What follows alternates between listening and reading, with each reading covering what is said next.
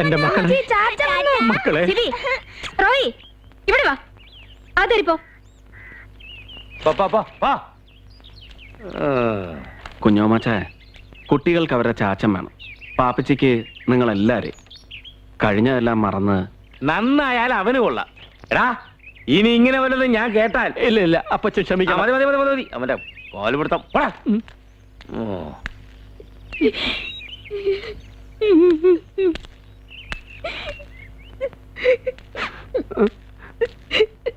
കരയാതെ ഓമനെ. അല്ല എന്റെ ഓമനെ അമ്മണി, നിന്നാണ് എന്നാണ്. ഞാൻ ഇനി ഒരടിവാരത്തേക്കും പോവില്ല. നിന്റെ ശരീരം ഒരുപാട് ക്ഷീണിച്ചല്ലോടി.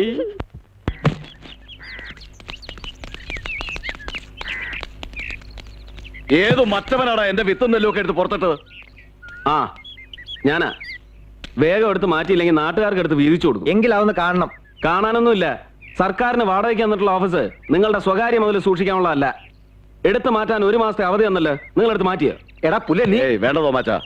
എടോ കൃഷി ഓഫീസറെ, ഞങ്ങൾക്കിട്ട് ഞൊട്ടിയിട്ട് താൻ ഇവിടുന്ന് മിടുക്കനായിട്ട് പോവാന്ന് കരുതണ്ട. ഒന്നും ഉറങ്ങിയാലേ രാത്രി തീരത്തില്ല. നമുക്ക് കാണാം. വാടാ. ഓ സാറെന്താ ഒന്നും മിണ്ടാതെ അവന്മാര് പറയുന്നത് കേട്ടങ്ങനെ നിന്നിളഞ്ഞത്? ഞാൻ വിചാരിച്ച അവന്റെ പല്ലടിച്ച് താഴെ ഇടുന്നു. എന്റെ ശങ്കരേട്ടാ, ഞാൻ ഇതുപോലെ ഒത്തിരി എണ്ണത്തിന്റെ പല്ലടിച്ച് കൊഴിച്ചാ ഇങ്ങോട്ട് പോന്നത്. അടിച്ചും തൊഴിച്ചും മതിയായി, മടുത്തു. അതുകൊണ്ടായി മലമൂട്ടിലോട്ട് പോന്നത്. ഇവിടെ മര്യാദയ്ക്ക് ജീവിക്കാൻ അനുവദിക്കത്തില്ലെന്ന് വന്ന എന്താ തല്ലാന മറ്റാണോ? ശിവേട്ടൻ എന്തിനാ വെറുതെ തൊമ്മിച്ചോടും മക്കളോടൊക്കെ വർത്തമാനത്തിന് പോയത്? ഒരു ജാതി മനുഷ്യന്മാരാ അവരൊക്കെ. എന്താ എന്താ എന്താ വിളിച്ചത്? ശിവേട്ടാന്ന്. ശിവേട്ടനൊക്കെ നായന്മാരല്ലേ, ഞാനും നായരാ. എന്നെ കണ്ട കടിച്ചു കയറാൻ വരുന്ന താനെന്താ ഒരു സോപ്പിടിയിലുമായിട്ട്? പുതിയ പരിപാടിയെല്ലാം ഒപ്പിച്ചു വെച്ചിട്ടുണ്ടാ? എന്നും ഇങ്ങനെ കടിച്ചിറങ്ങുന്ന ശരിയാവോ?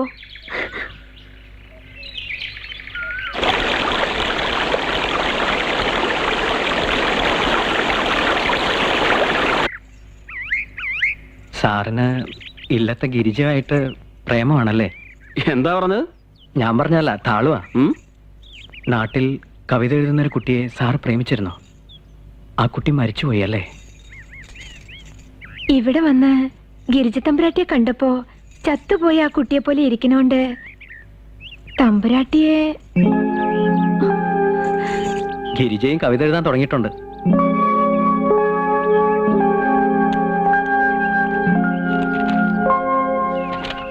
ഇത് എഴുതിയ ആള് തന്നെ വായിക്കുന്നതാണ് അതിന്റെ ഒരു ശരി. വായിച്ചു, ധൈര്യമായിട്ട് വായിച്ചു.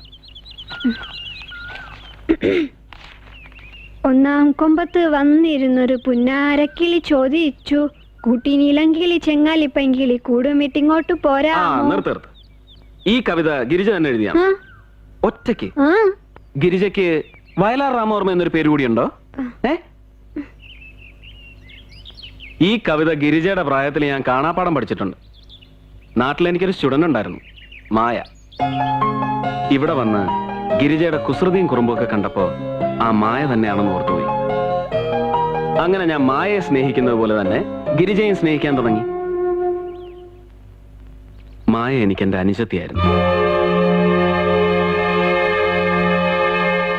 ഗിരിജയും എനിക്ക് എന്റെ അനിയത്തിയായി കണ്ടൂടെ?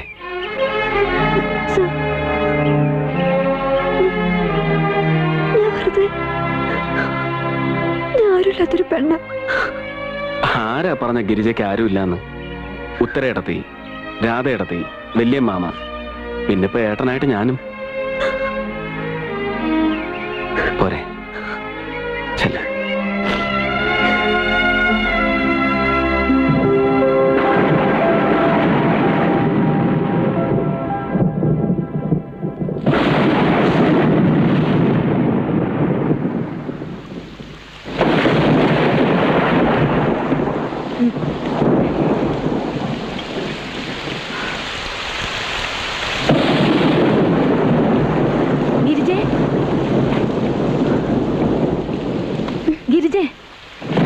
നനയണോ?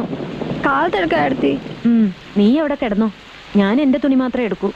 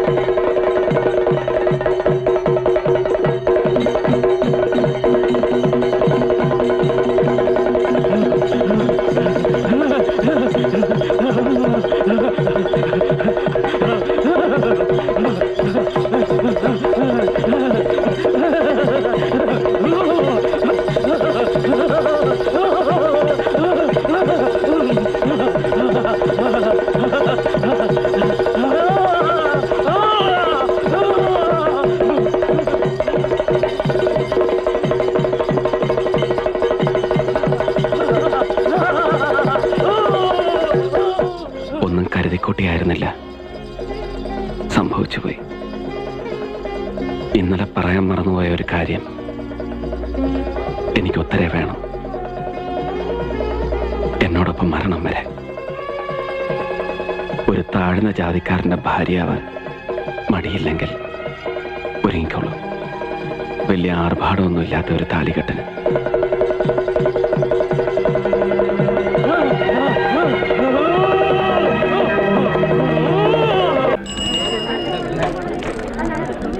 നിന്റെ കെട്ടിയോന് തലയ്ക്ക് സുഖമില്ലെങ്കിൽ വല്ല ആശുപത്രിയിലും കൊണ്ടുപോയി ചികിത്സിപ്പിക്കണം. ആ അവള് പറഞ്ഞത് കേട്ടില്ലേ? ആ. ഇല്ലാത്ത കാശുണ്ടാക്കി 3 വട്ടം പാലക്കാട്ട് കൊണ്ടുപോയി തളവും വെച്ച് കരണ്ട് പിടിപ്പിച്ചോന്ന്.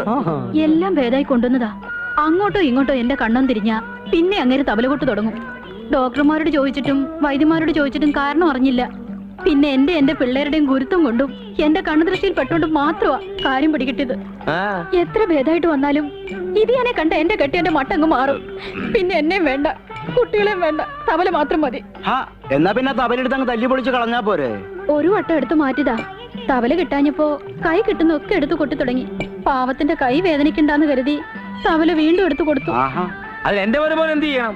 ഒന്നുകിൽ ഓളെ കെട്ടിയവനെ ചികിത്സിച്ച് ഭേദാക്കുക, അല്ലെങ്കിൽ ഓക്കും കുട്ടികൾക്ക് ചെലവിന് കൊടുക്കുക. അതല്ല എന്റെ ന്യായം. ചെലവിന് കൊടുക്കാനോ? അതെന്താ? ഇവനൊക്കെ വയറ്റിലുണ്ടാക്കിയിട്ടുണ്ടോ? ഇതിലും ഭേദം അതായിരുന്നു. ഏ, വെറുതെ നിങ്ങൾ തമ്മിൽ തർക്കിക്കാതെ എന്തെങ്കിലും തീരുമാനിക്ക്. ആട്ടെ, പാപ്പച്ചി എന്ത് പറയണു? ഇവക്ക് ചെലവിന് കൊടുക്കാനോ? ഞാനോ? ഞാൻ വെറും ഉണ്ണാക്കാനാണെന്നാണോ നിങ്ങൾ കരുതിയത്? ഒരു കുടുംബം ഞാൻ കാരണം വഴിയാധാരമാകാൻ സമ്മതിക്കത്തില്ല.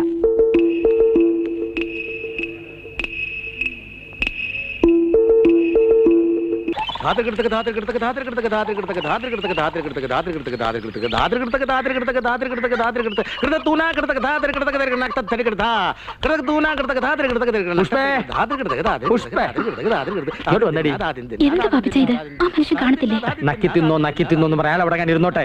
നീ വന്നേ, നീ ഒന്ന് അകത്തോട്ട് വാടി. വന്നെ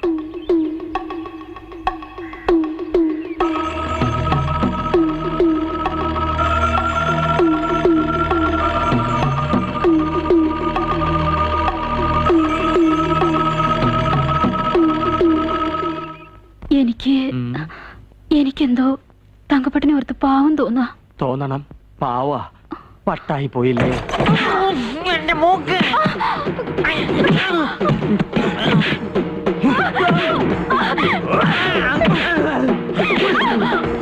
എന്താ എന്താ തങ്കപ്പറ്റ വീട്ടിൽ ബഹളം?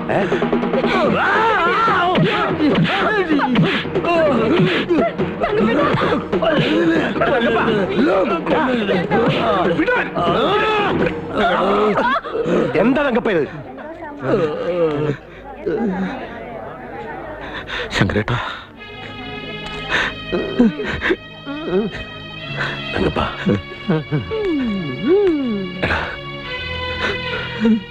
ശങ്കരേട്ടാ,